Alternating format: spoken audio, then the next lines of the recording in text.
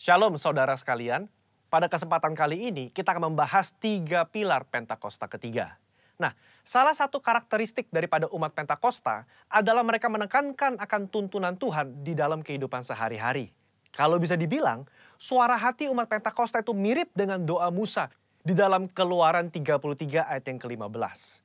Jika engkau sendiri tidak membimbing kami, janganlah suruh kami berangkat dari sini.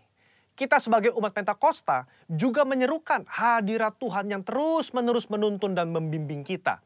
Sebagaimana Musa memerlukan tuntunan Tuhan dalam kesehariannya di Perjanjian Lama, kita juga melihat bagaimana gereja mula-mula dalam Perjanjian Baru melibatkan tuntunan Tuhan di dalam mengikuti kehendak dan rencana Tuhan.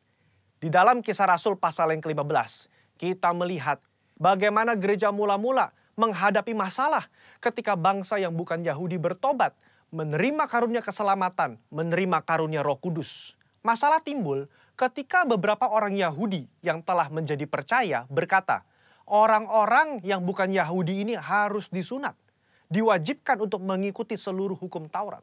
Bagaimana gereja mula-mula pada waktu itu mengikuti tuntunan Tuhan dalam permasalahan yang penting ini? Mereka mengikuti tuntunan Tuhan lewat 3 pilar, yaitu pilar Roh Kudus, pilar komunitas, pilar firman Tuhan. Lewat ketiga pilar ini, gereja mula-mula akhirnya dapat menerima bahwa bangsa yang bukan Yahudi telah menerima keselamatan dan juga karunia Roh Kudus. Mereka tidak lagi perlu disunat dan tidak perlu melakukan seluruh hukum Taurat. Bagaimana dengan gereja Tuhan pada zaman now mengikuti tuntunan Tuhan tentang Pentakosta ketiga? Kita pun mengikuti tuntunan Pentakosta ketiga menggunakan ketiga pilar ini.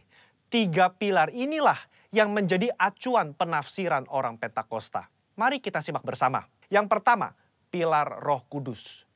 Kita melihat bagaimana kuasa Roh Kudus di Pentakosta yang pertama itu luar biasa. Dalam Kisah Rasul pasal yang kedua, Petrus berkhotbah, 3.000 orang diselamatkan. Bahkan dalam waktu 100 tahun pertama, 70% dari dunia yang dikenal pada saat itu menjadi Kristen. Tetapi amanat agung belum tuntas. Roh Kudus terus berlanjut di Pentakosta yang kedua di Azusa Street, yang menghasilkan kira-kira 700 juta jiwa. Namun amanat agung juga belum selesai. Karena itulah karya Roh Kudus berlanjut dengan Pentakosta ketiga sekarang di Indonesia.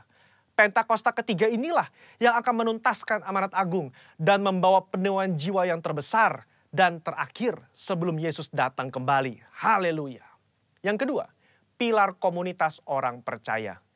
Kita lihat bahwa tuntunan Pentakosta ketiga tidak diklaim seorang diri saja, melainkan telah didoakan, dikonfirmasi, disaksikan oleh kaum Pentakosta secara global yang diwakili oleh Empower 21.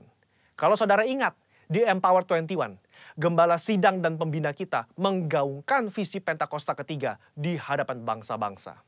Mereka mengaminkan, menerima, mengkonfirmasi, membawa api Pentakosta ketiga kembali ke negara mereka. Pilar yang ketiga, pilar firman Tuhan. Tuntunan Pentakosta ketiga itu diawali ketika gembala sidang dan pembina kita mendapatkan firman Tuhan pada tahun 2009. Aku datang segera dari Wahyu 3:11 dan dari Yoel 2:28. Kemudian daripada itu akan terjadi bahwa aku akan mencurahkan rohku ke atas semua umat manusia. Lama Tuhan tidak berbicara apa maksud dari kedua ayat ini. Tetapi 4 tahun berikutnya, pada tahun 2013, Tuhan berbicara. Yang aku maksudkan dengan pencurahan Roh Kudus itu adalah Pentakosta ketiga. Nah, melalui firman Tuhan ini, kita menangkap pesan profetik bahwa akan ada pencurahan Roh Kudus besar-besaran ke atas seluruh umat manusia sebelum kedatangan Yesus kali yang kedua. Jadi bisa kita simpulkan, Pentakosta ketiga itu yang pertama telah mengikuti tuntunan daripada Roh Kudus, telah dikonfirmasi oleh komunitas Pentakosta secara global dan didasari oleh firman Tuhan, khususnya Yoel 2 ayat 28-32. Saya berdoa agar saudara diberi pengurapan daripada Roh Kudus untuk bisa mengikuti tuntunan Tuhan di hari-hari terakhir ini. Mari kita semua menjadi messengers of the third Pentecost. Haleluya, Tuhan Yesus memberkati.